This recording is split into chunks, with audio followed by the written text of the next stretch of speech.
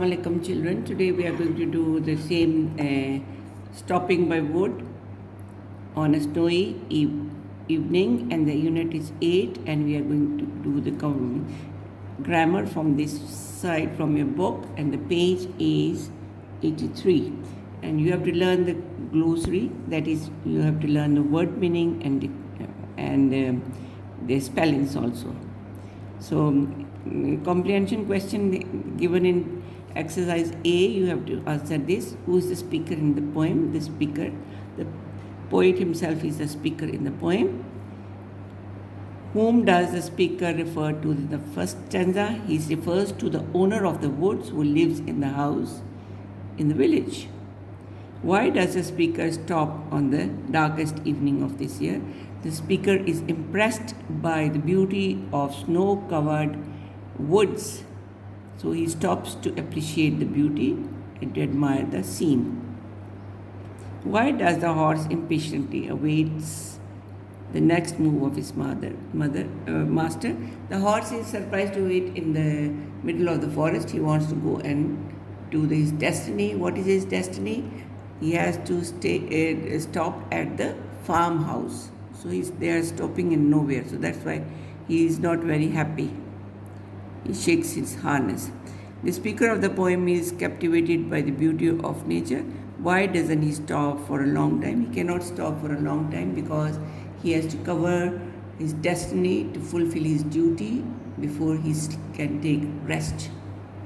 So we have already done, but these questions you have to do again in your copies. Some of the statements are directly spotted by the poems. Some are inference. What is the inference? Indirectly. Some are indirectly referred to based on evidence from the past text, while some are not spotted by any evidence. Put a tick in the right column. Now it is a cold and dark winter. This is directly spotted. You put here, yes, this is directly spotted. The speaker knows the owner of the wood. This is inference based on some references from the poem. So this come in this come in this column. This one is related with this.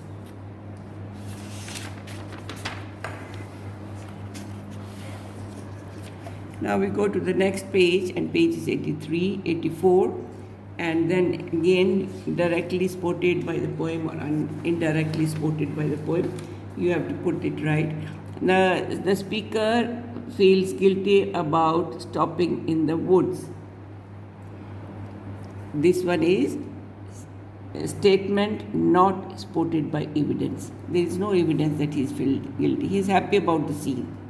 So the speaker thinks about the commitments and restarts his journey. This is right. Inference based on some evidence from the poem. It comes in this column. The speaker is tired and wants to rest.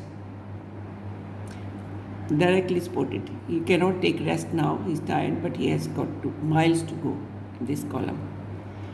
This horse feels strange to stop unexpectedly. This is also directly related with it.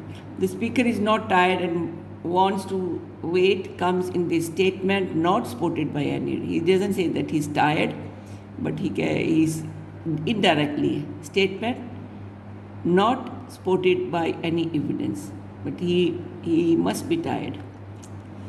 The horse feels strange to stop unexpectedly. This is directly spotted by them. The speaker appreciates the beauty of nature. Yes, it is directly spotted. So you have to fill up this column. Don't make it in your copies, just fill up here.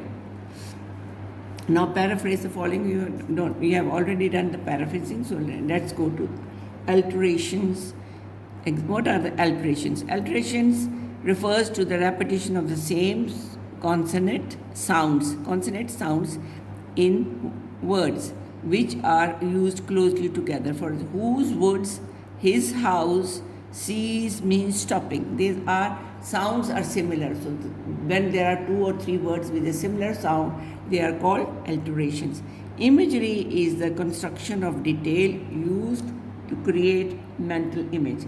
Imagery is something which you see in your imagination. You think and you think, you know that this should be like this. For instance, if you are thinking about pizza, imagery straight away in your mind comes. Pizza is a saltish thing and it's a round, like a round bread, and it has got things on it. If you think about cake, at once it comes to your mind that it has got a sweet taste and it is spongy and all that. So this is called imagery. Or if you talk about a hard surface, straight away you got the imagery of something which is very hard desk or something like that. So you have to learn what is the difference between imagery and alteration.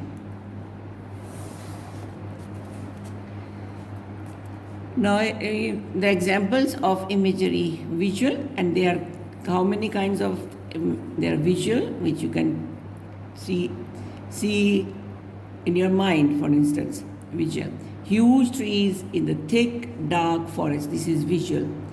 Auditory: the rustlings of the leaves. Smell: scent of apple. Taste: sweet and juicy orange. Touch: rugged and rough path. So imagery can be 1, 2, 3, 4, 5. 5 kinds. Visual, which you see with your eyes. Auditory, you hear with your ears. Smell, you smell with your nose. Taste, you taste it with your tongue. And touch, by touching, you can touch something. Underline the words and phrases that depicts clear imagery in the poem. Identify the alterations and metaphors in the poem. What is a metaphor? Metaphor मुहावरा को कहते हैं. Strong as lion is a muhavara. Strong, brave, apple of my eyes is a metaphor. As brave as a lion is a simile. So you have to find out from your poem. This is your homework. You have to do this exercise A, B, and you have to learn the alterations, and you have to do this in your copy, in your book. Mark it what is right, and then you have to do question answers of this page number 83. Do the answers and learn your paraphrasing also thoroughly.